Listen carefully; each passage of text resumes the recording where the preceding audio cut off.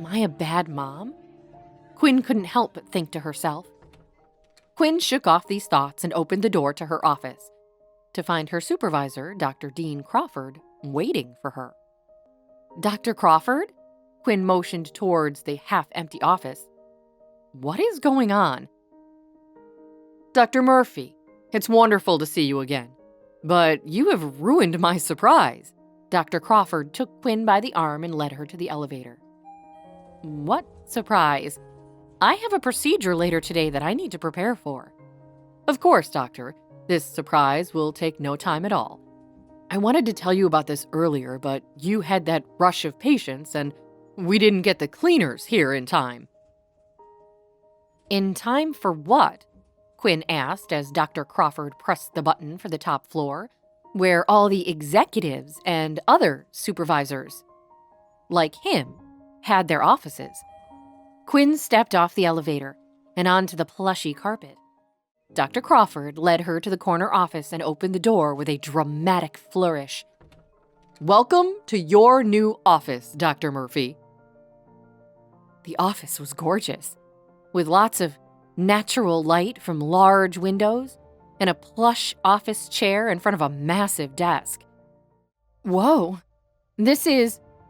Quinn mumbled. I know. Beautiful, isn't it? Quinn nodded. I guess I'm just wondering why I am being given such a lovely gift. I haven't been promoted yet, and I'm not a supervisor like you. There was a pause, and Quinn felt a twist inside her gut.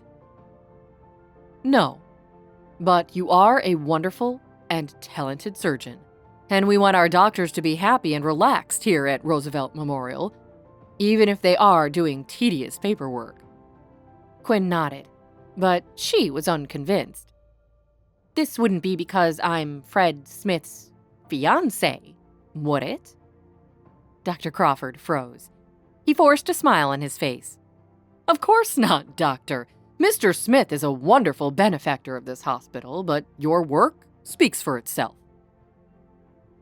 These compliments didn't convince Quinn, but she had patience to get to.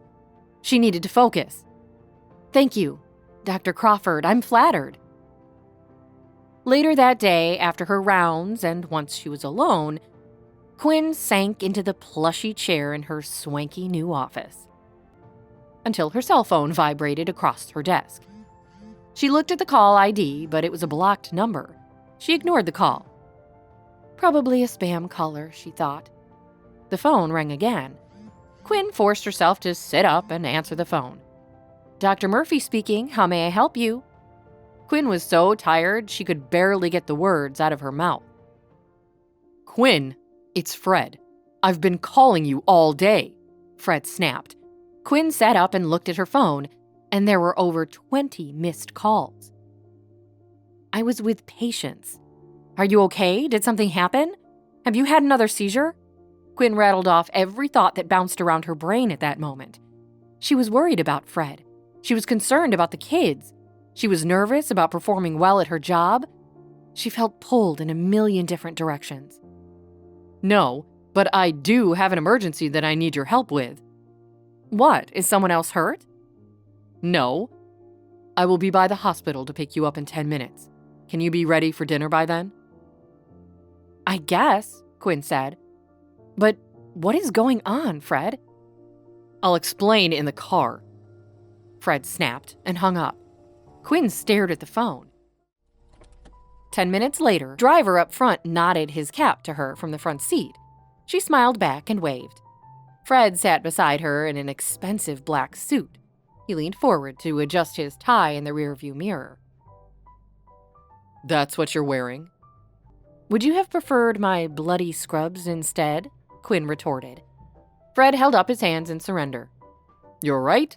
I shouldn't have sprung this on you at such late notice. But if we continue this ruse of you being my fiancé, we have to prove to some significant people in my life that we are really in love. Quinn felt her body tense up at Fred's serious tone.